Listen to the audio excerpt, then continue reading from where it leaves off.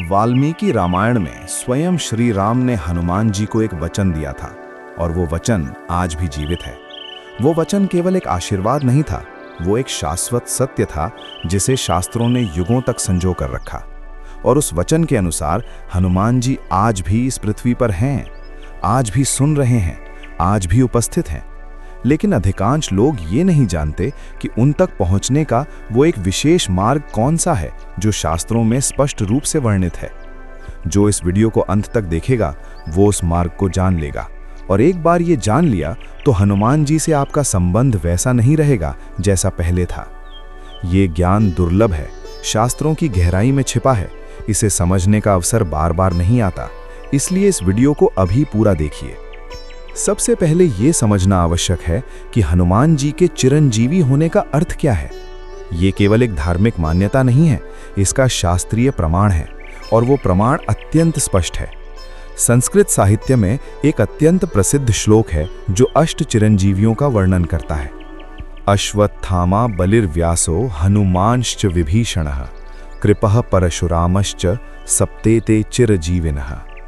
अश्वत्थामा, बलि, व्यास, हनुमान, विभीषण, कृपाचार्य और परशुराम, ये 7 चिरंजीवी हैं। इस श्लोक को प्रतिदिन प्रातःकाल स्मरण करने की परंपरा शास्त्रों में वर्णित है। लेकिन इस श्लोक में हनुमान जी का नाम क्यों है? इसके पीछे एक गहरा कारण है जो वाल्मीकि रामायण में छिपा है। वाल्मीकि रामायण के युद्ध कांड में श्री राम ने हनुमान जी से कहा था, यावद रामायण कथा प्रचरिष्यति मेदिनीम तावद देहेंद्रिय प्राणास्त्वाम भविष्यति भूतले।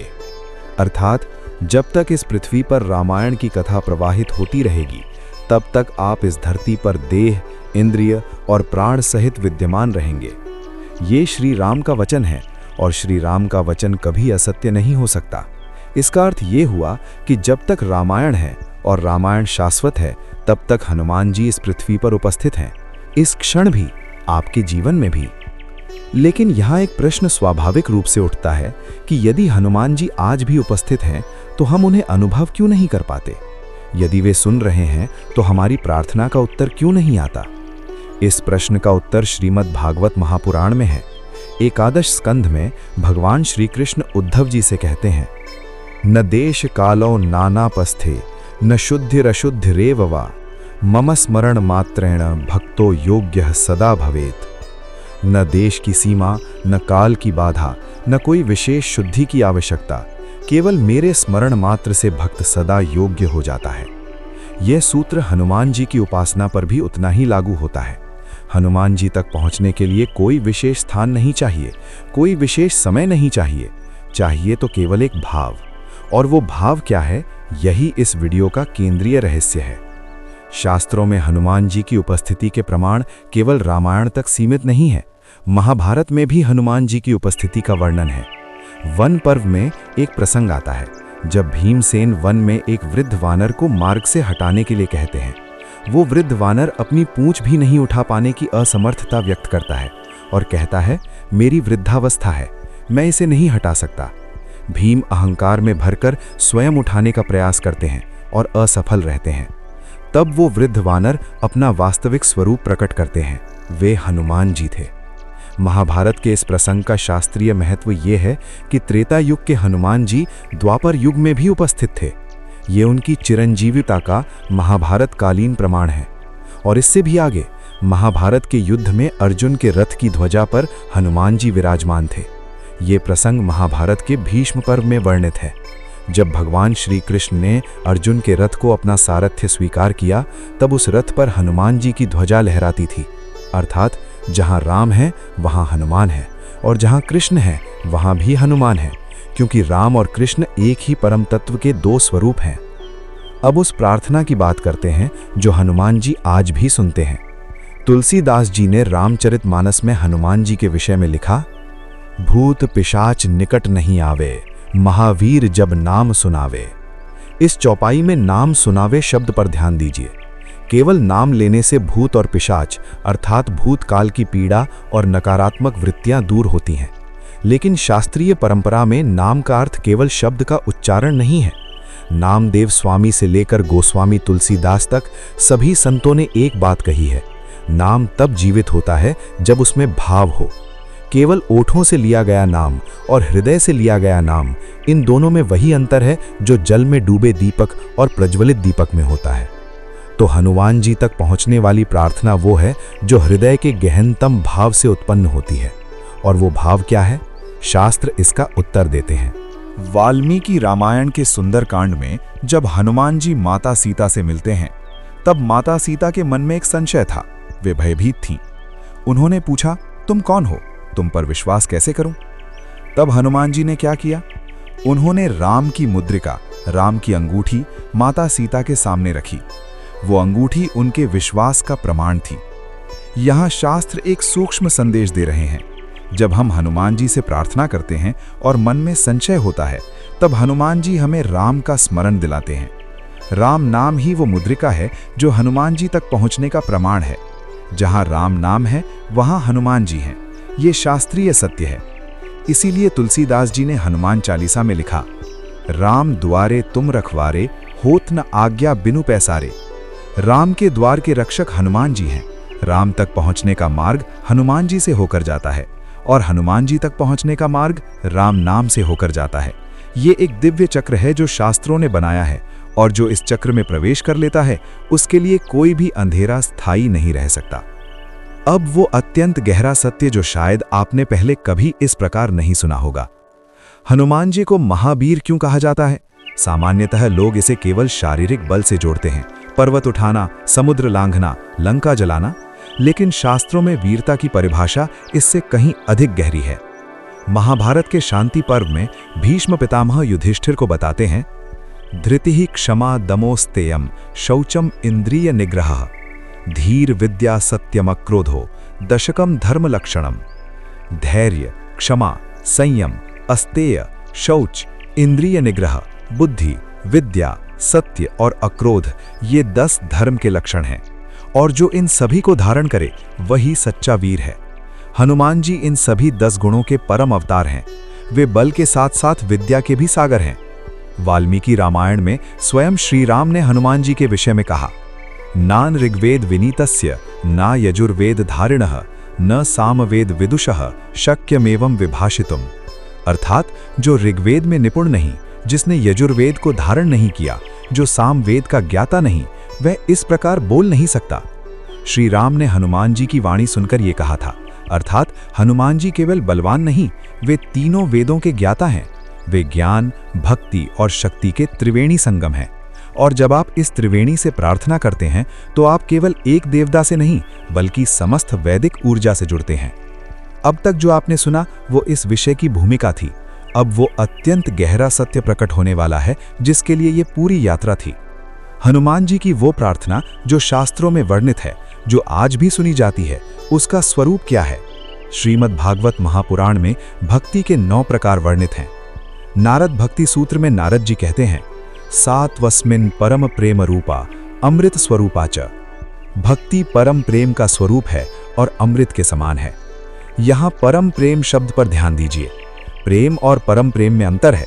साधारण प्रेम में मांगने का भाव होता है, परम प्रेम में समर्पण का भाव होता है। जब कोई माँ अपने बच्चे से प्रेम करती है तो वह बदले में कुछ नहीं मांगती, वह केवल देती है। यही परम प्रेम है। हनुमान जी से वो प्रार्थना जो आज भी सुनी जाती है, वह परम प्रेम के भाव से की गई प्रार्थना है। जब कोई हनुमान जी के सामने ये भाव लेकर आता है कि मैं आपसे कुछ मांगने नहीं आया, मैं केवल आपके चरणों में अपना सब कुछ अर्पित करने आया हूँ, तब हनुमान जी स्वयं उसकी आवश्यकताओं को पूरा करते हैं।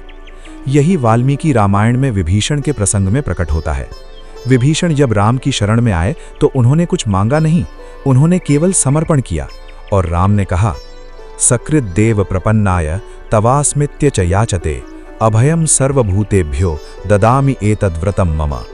जो एक बार भी मेरी शरण में आया, मैं उसे सभी प्राणियों से अभय देता हूँ। ये मेरा व्रत है।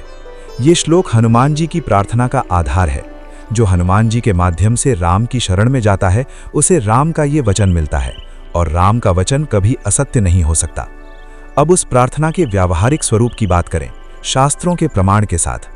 हनुमान चालीसा में तुलसीदास जी ने लिखा, संकट कटे मिटे सब पीरा, जो सुमिरे हनुमत बलबीरा। यहाँ सुमिरे शब्द पर ध्यान दीजिए। सुमिरन और केवल स्मरण में अंतर है। स्मरण बौद्धिक क्रिया है, आप नाम याद करते हैं। सुमिरन भावनात्मक क्रिया है, आप नाम को जीते हैं, अनुभव करते हैं। जब कोई व्यक्ति किसी अत्यंत प्रिय को याद करता है, उसकी आंखें भर आती हैं, हृदय में एक हलचल होती है, वह सुमिरन है। हनुमान जी का सुमिरन इसी भाव से करना है। महर्षि पतंजलि के योग सूत्र में सतत और निरंतर स्मरण की व्याख्या करते हुए कहा गया है कि जब चित्त किसी एक तत्व में अवरोध रहित प्रवाहित होता है, तब वह ध्यान की सर्वोच्च अवस्था बन जाती है।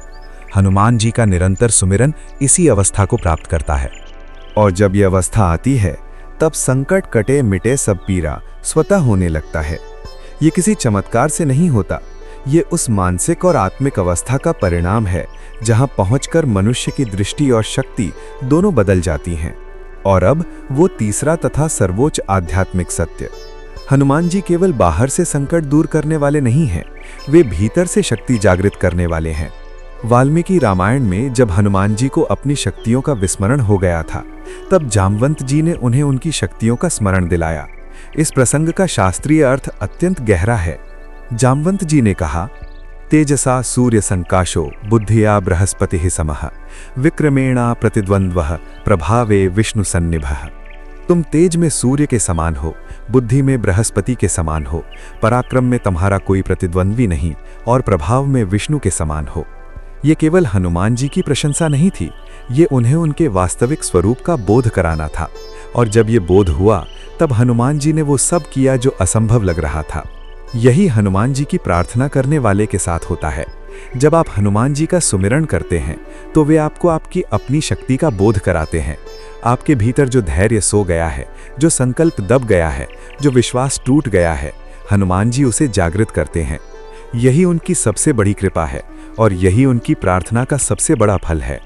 कठोपनिषद में यम नचिकेता से कहते हैं, उत्तिष्ठत जागृत प्राप्य वरान निबोधत क्षुरस्य धारा निशिता दुरत्यया दुर्गम पथस्तत् कवयो वदन्ति। उठो, जागो और श्रेष्ठ पुरुषों के पास जाकर ज्ञान प्राप्त करो। ये मार्ग उस छुरे की धार के समान है जिस पर चलना कठिन है, ऐसा ज्ञानी कहते हैं। ये श्लोक हनुमान जी की उपासना के संदर्भ में भी अत्यंत प्रासंगिक है। हनुमान जी तक पहुंचने का मार्ग सरल नहीं है, इसके लिए भाव चाहिए, समर्पण चाहिए, निरंतरता चाहिए।